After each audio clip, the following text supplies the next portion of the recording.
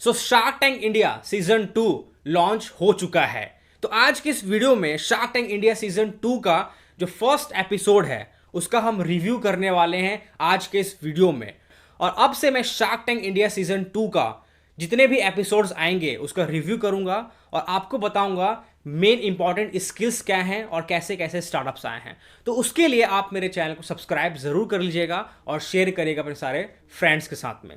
Shark tank India season 2 के first episode में हुवु एक जो ब्रांड है वो आई थी। हुवु जो है ये फ्रेश फूल आप तक पहुंचाती है।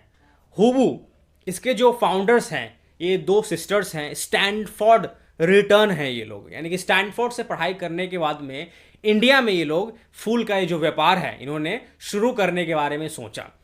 आखिरकार फूल का ही क्यों? तो इन दोनों सिस्टर्स का ये कहना है कि इंडिया में जानते हैं आप हिंदुज़म कितनी ज़्यादा है और पूजा पाठ यहाँ पे कितने ज़्यादा लोग करते हैं, है ना। तो पूजा पाठ तो लोग करते हैं और भगवान से रोज़ कुछ ना कुछ मांगते हैं, लेकिन भगवान को जो फूल हम चढ़ाते हैं वो फ्रेश फूल बहुत सारे लोगों को टाइम पे नहीं मिल पाता है, क्योंकि ये जो फ्रेश फूल होता है उसकी सेल्फ लाइफ होती है सिर्फ 2 दिन की ही लास्ट करती है। तो ये बहुत बड़ा एक प्रॉब्लम था और ये जो आइडिया है इन दोनों सिस्टर्स ने ये स्टार्ट किया था बेंगलोर में। और कर्नाटक में जो हुवु वर्ड है इसको बोलते हैं फूल, कर्नाटक के लैंग्वेज में, ठीक है। तो इन दोनों सिस्टर्स का ये कहना है कि ये जो फूल का हमने जो स्टार्टअप शुरू किया इसके अंदर एक बहुत अच्छी यूएसपी है, उस पर हम आगे वीडियो में बात करेंगे। और ये ख्याल कहाँ से आया इनके माइंड में, क्योंकि शार्क्स ने ये पूछा कि आप स्टैनफोर्ड से आए हैं, ठीक है, और इंडिया में ये फूल का ही बिजनेस आपने कैसे स्टार्ट किया, आपके माइंड में ये आइडिया कहाँ से आया। तो इन दोनों सिस्टर्स का ये कहना है कि हम लोग एक दिन बैठे हुए थे और अपनी मम्मी को पूजा करते हुए हम दोनों सिस्टर्स ने देखा। तो वहाँ से हमारे दिमाग में ये आइडिया आया कि पूजा करने के लिए फूल कितना इंपॉर्टेंट है इंडिया में, टेम्पल्स में, फंक्शंस में, शादी ब्याह में, और ख़ासकर पूजा यानी कि हिंदुज़म में हम जब सुबह उठते हैं तो पूजा करना इंपॉर्टेंट होता ही होता है, करते हैं। तो इस मार्केट को हमें देखना चाहिए, बिकॉज ये जो मार्केट है पूजा पाठ का ये 2.5 लाख करोड़ का मार्केट है, लेकिन ये अनऑर्गेनाइज्ड है और इस पर कोई काम नहीं कर रहा है। तो दैट्स वाई इन दोनों सिस्टर्स ने ये स्टार्टअप शुरू करने के बारे में सोचा।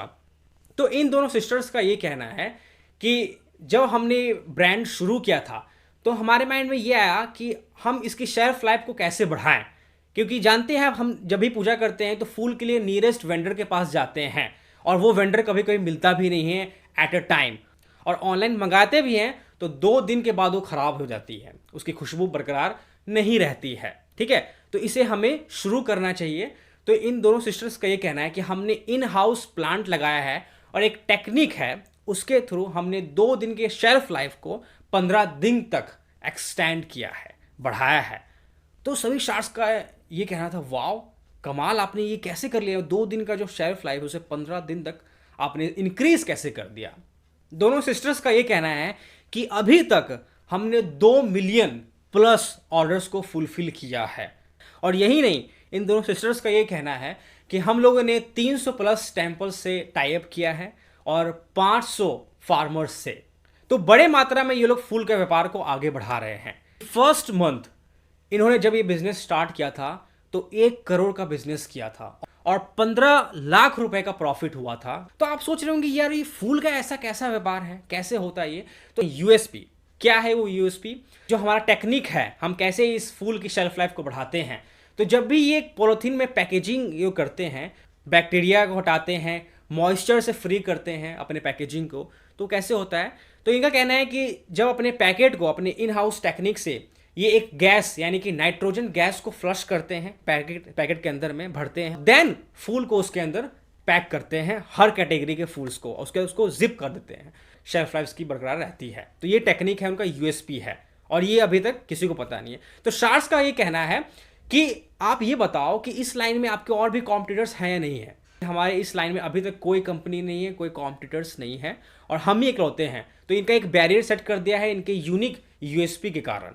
तो शार्क्स का ये कहना था कि आपको इसके अंदर डिफिकल्टीज आती है या फिर नहीं आती है। तो डिफिकल्टीज हर एक बिजनेस मैन की पेन पॉइंट तो होता ही है। तो इनका पेन पॉइंट ये है कि ये लोग क्या करते हैं, जब फूल आने के लिए जाते हैं तो मार्केट से ये लोग सोर्स करते हैं। तो मार्केट में कभी प्राइस अप होता है, कभी डाउन होता है, तो इस फ्लक्चुएशन के कारण में इनके बिजनेस पर थोड़ा असर पड़ता है। लेकिन फिर भी कोई कॉम्पिटिटर ना होने के कारण मार्केट में इनका ब्रांड अच्छे से फल फूल रहा है, क्योंकि ये इकलौते हैं। जब ज़्यादा मार्केट में कॉम्पिटिटर आ जाते हैं तो आपका बिजनेस खराब हो जाता है, लेकिन इकलौते पे नहीं होता है। इन्वेस्टमेंट का जो डिमांड था वो था 80 लाख रुपए, वो भी 1% की इक्विटी पे। तो सारे जो शार्क्स थे उन्होंने ये कहा कि अगर हम आपको ये इन्वेस्टमेंट देते हैं तो आप अपनी कंपनी को कैसे हैंडल करेंगी।